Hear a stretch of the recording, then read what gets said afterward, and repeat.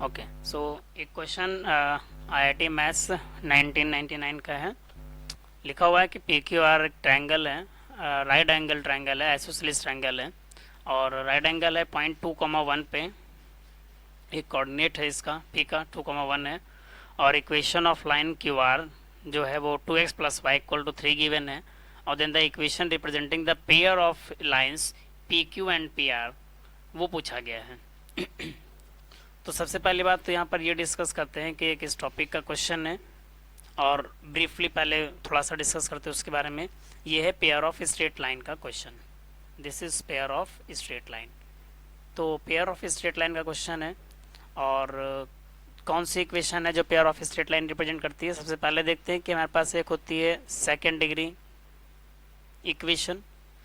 तो अगर हम जनरल सेकेंड डिग्री इक्वेशन की बात करें तो जनरल सेकेंड डिग्री इक्वेशन हमारे पास होती है a x square plus B y square plus 2hxy plus 2gx। तो क्वेश्चन करने से पहले कुछ इंपॉर्टेंट इन्फॉर्मेशन देख लेते हैं। 2fy plus C equal to 0, this is called the general second degree equation.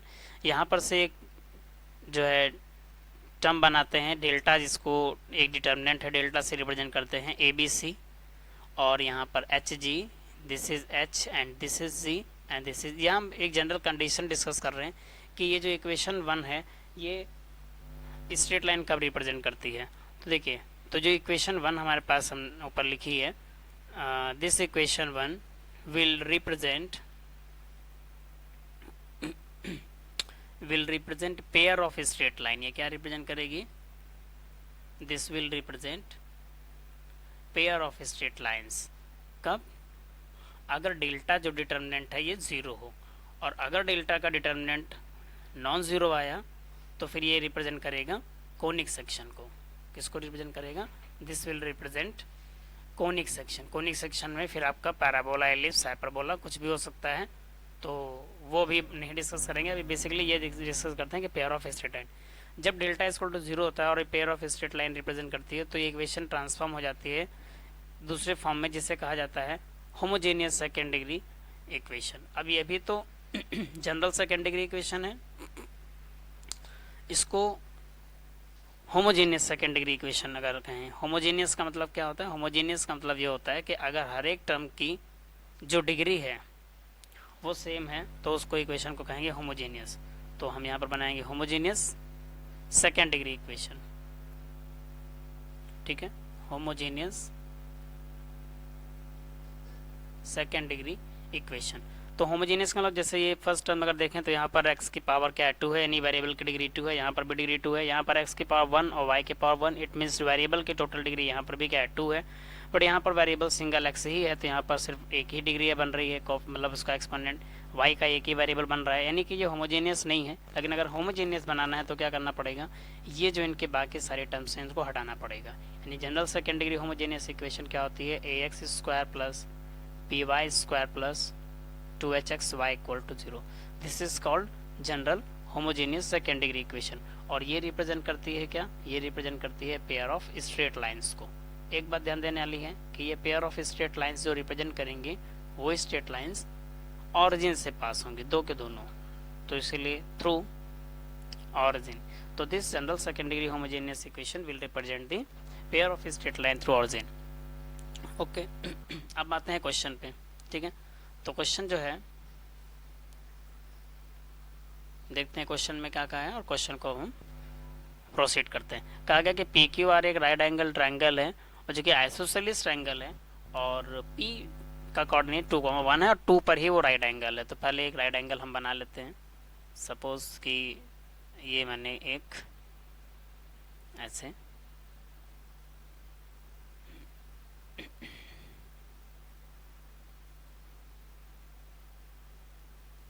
ठीक है, ये एक मैंने राइट एंगल बना लिया, और इस राइट एंगल में कहा गया कि P पर राइट एंगल है, तो यहाँ पर हमारे पास ये राइट एंगल बन रहा है। तो इसको हम क्या करते हैं? नेमिंग कर देते हैं P। ये यहाँ पर राइट एंगल है, राइट एंगल है, तो मान लेते हैं कि ये पॉइंट P है। इस पॉइंट को Q नाम दे देते हैं और इस पॉइंट को R नाम दे देते हैं। यहाँ पर राइट एंगल है और P पॉइंट का कोऑर्डिनेट जो है वो गिवन है, कितना है? 2,1। So coordinate of point is 2,1 and जो क्यू आर लाइन है यानी ये वाली लाइन क्यू आर, इसकी इक्वेशन हमें दे रखी है 2x plus y equal to 3, यानी इस लाइन की इक्वेशन हमारे पास है 2x plus y equal to 3।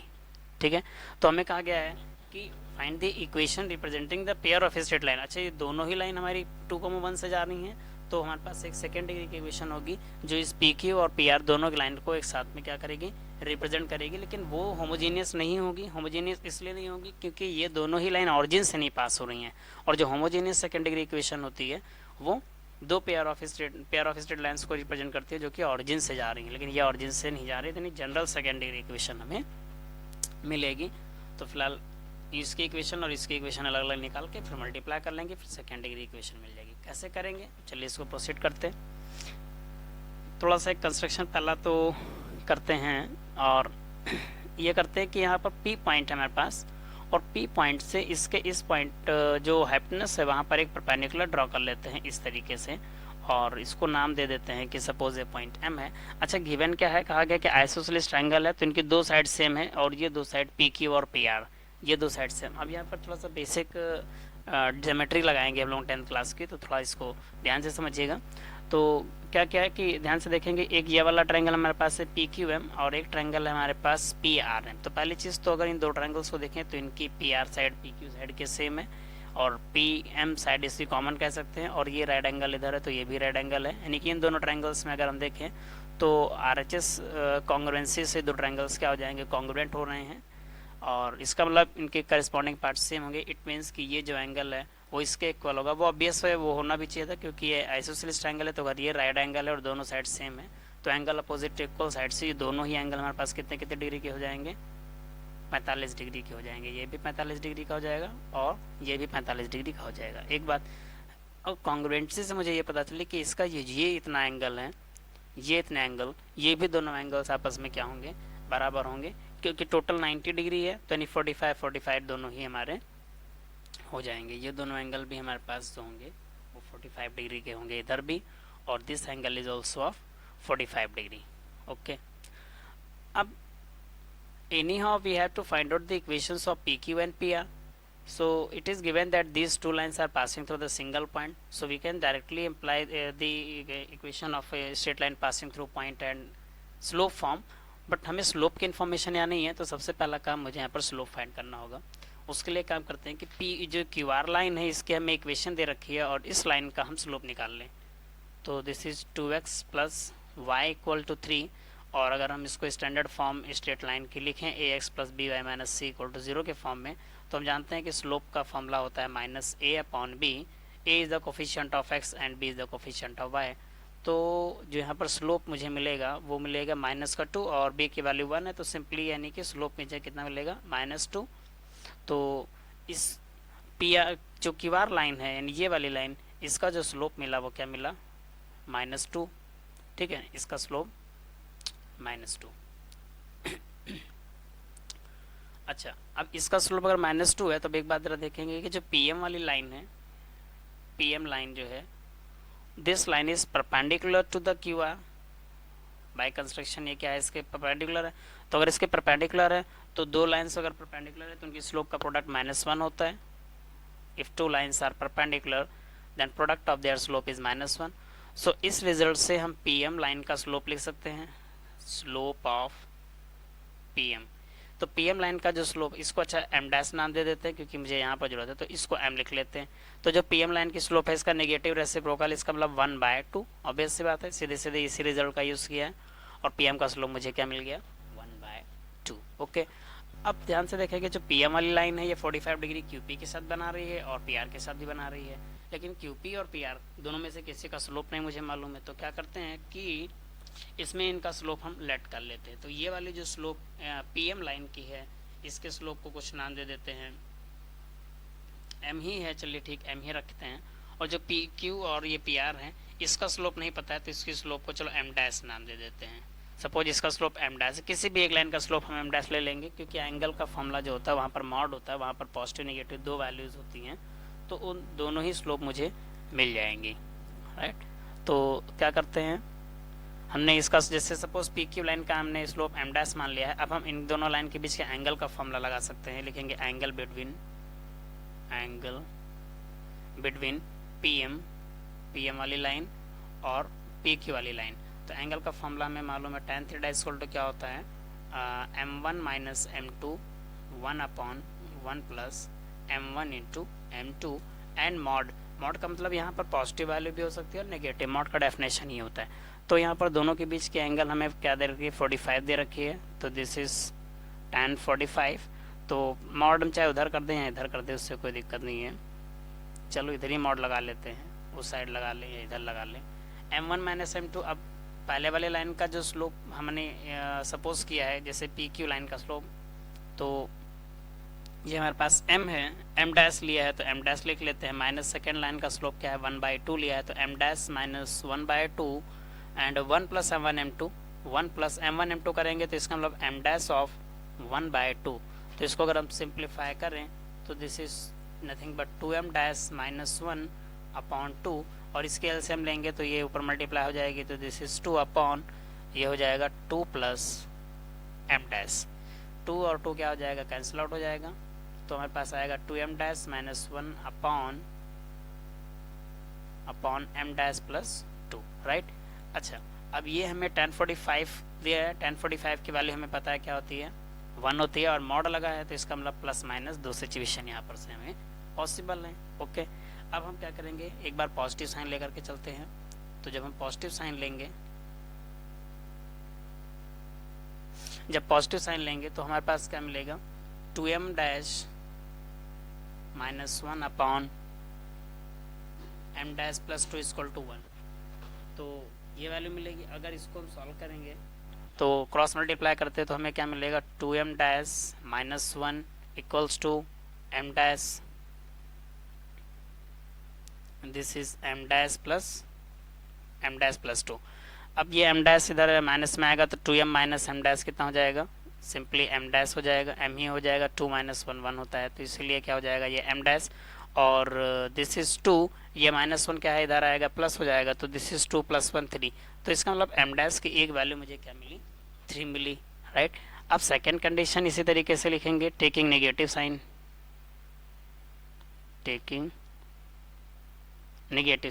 so when we take the negative sign here, so this is 2m dash minus 1 upon m dash plus 2 equals to minus 1. Now when we cross it multiply, so this is 2m dash minus 1 equal to negative term, negative minus 1 जब इसके साथ multiply होगा तो this is minus M dash minus 2। Now this minus M dash इधर आएगा तो plus हो जाएगा, और ये हो जाएगा हमारे पास कितना, 3m dash and this is minus 2, and ये हमारे पास क्या है माइनस का 1, तो इधर आएगा तो क्या हो जाएगा प्लस टाइम 1, तो minus 2 plus 1 this is minus 1। और यहाँ से आप कह सकते हैं कि जो m डैश की वैल्यू मिलेगी वो मिलेगी -1/3। तो इसका मतलब ये हुआ कि जो m की वैल्यू मिली मुझे, यानी कि जो स्लोप मिला वो क्या मिला, स्लोप जो मिला वो क्या मिला मुझे, 3, -1/3। अब 3, -1/3 का मतलब है कि इसमें से एक किसी लाइन का स्लोप 3 होगा और एक किसी लाइन का स्लोप -1/3 होगा। बट मुझे कैसे भी करके इस दोनों लाइन की इक्वेशन निकालनी है, और इन दोनों लाइन को, जो पी की वाली लाइन है इसमें से किसी लाइन को L1 सपोज कर देते हैं, किसी लाइन को L2 सपोज कर लेते हैं, और उसकी इक्वेशन हम निकालते हैं। और ये किस पॉइंट से जा रहा है, दोनों ही 2,1 पॉइंट से पास हो रहा है, तो equation of line passing through 1 point का यहाँ पर हम फॉर्मूला लगाएंगे, ठीक है। तो किसी भी एक लाइन को हम M1 सपोज L1 सपोज कर लेते हैं और किसी को L2, और पॉइंट जो है वो 2,1 है, कि जो लाइन है वो किस पॉइंट से जा रही है, 2,1 से, ठीक है। तो सिंस लाइन पासेस थ्रू 2,1, तो अब हम लिखेंगे equation of line, equation of कोई भी लाइन लिख लेते हैं, फर्स्ट लाइन कोई भी लिख लेते हैं।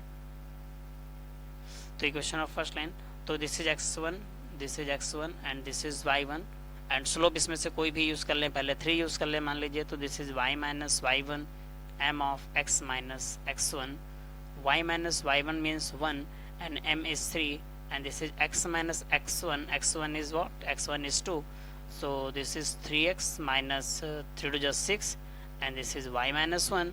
अब ऐसा करते हैं कि y और ये माइनस में इधर आएगा तो क्या हो जाएगा 3x और -1 और इधर आएगा प्लस का 6, this is -1 and +6, so y minus 3x minus 6 + 1 = 5, इसको इक्वेशन 1। तो एक लाइन की इक्वेशन मुझे ये मिल गई, P Q by P R दोनों में से किसी एक लाइन की इक्वेशन ये हो गई, और एक दूसरी लाइन की इक्वेशन मिलेगी जब हम स्लोप क्या यूज़ करेंगे, यूज़ करेंगे। तो इस कोई सेकेंड लाइन को अब ले लेते हैं, सेकेंड लाइन की इक्वेशन। तो पॉइंट तो यही रहेगा क्योंकि दोनों ही लाइन 2 1 से जा रहा है, तो y minus y1 means 1 and m, अब के बार m को क्या लेंगे -1/3, तो -1/3 and x minus 2 x minus x1 multiplied, तो this is 3y minus 3 and brackets open करेंगे तो this is 2 minus x, negative sign है बाहर, तो इस चीज़ का ध्यान रखना है। अब फिर वही काम करते हैं कि 3y को वैसे रहने दें, -x है, इसको क्या करेंगे इधर प्लस कर लीजिए, दिस इज -3 और ये +2 इधर आएगा तो क्या हो जाएगा -2 = 0, so this is 3y + x -5 = 0। तो इस तरीके से इसको सेकेंड नाम दे देते हैं। अब ये दोनों ही इक्वेशन हमारे पास आ चुकी हैं और दोनों ही इक्वेशन हमारे पास किस लाइन की हैं, एक पी आर लाइन की और एक पी क्यू। बट इसने क्या पूछा है कि फाइंड द साइमल्टेनियसली रिप्रेजेंट करे जो दोनों ही इक्वेशंस को। तो ऐसा करने के लिए इक्वेशन 1 और 2 मल्टीप्लाई करेंगे तो हमें सेकेंड डिग्री इक्वेशन मिलेगी जो साइमल्टेनियस दोनों ही लाइन्स को रिप्रेजेंट करेगी। क्योंकि हमें सेकेंड डिग्री इक्वेशन बनाना है तो ऑब्वियस सी बात है कि मल्टीप्लाई करना पड़ेगा y माइनस 3x + 5 और यहाँ पर लिखा हुआ है 3y + x minus 5 = 0। Okay, multiply करते हैं तो दिस इज 3y², पहले y का मल्टीप्लाई लेंगे, so this is xy minus 5y। Now -3x के साथ इंटू करेंगे 3y का, तो -3 this is 9xy and -3x² और plus 3 5 15, this is 15x। Now when we multiply with 5, so 5 3 15y and this is 5x and -25। अब सारे terms को collect करें तो पहले y² की टर्म देखें तो सबसे पहले y² की टर्म में हमारे पास है 3y², so this is 3y²। No x² की टर्म देखेंगे तो दिस इज -3x² और xy की टर्म देखें तो +xy यहाँ पर है, -xy यहाँ पर है, तो +1 - 9, this means -8xy we will left with and x की को टर्म्स को देखें तो this is 5x + 15x, this is +20x and this is -5y + 15y, this means +10y and remaining constant term is -25। so this is the required second degree equation which represents both the lines simultaneously। अब answer match करते हैं, 3y² - 3x² - 8xy, तो B option 3x² - 3y² + 8xy - 20x + 10y। 20 और 10 minus में है और हमारे पास 20 और 10 प्लस आ रहा है, -25 में है और यहाँ पर +25 है और यहाँ 3x² - 3y² लिखा है और हमने 3y - 3x² लिखा है।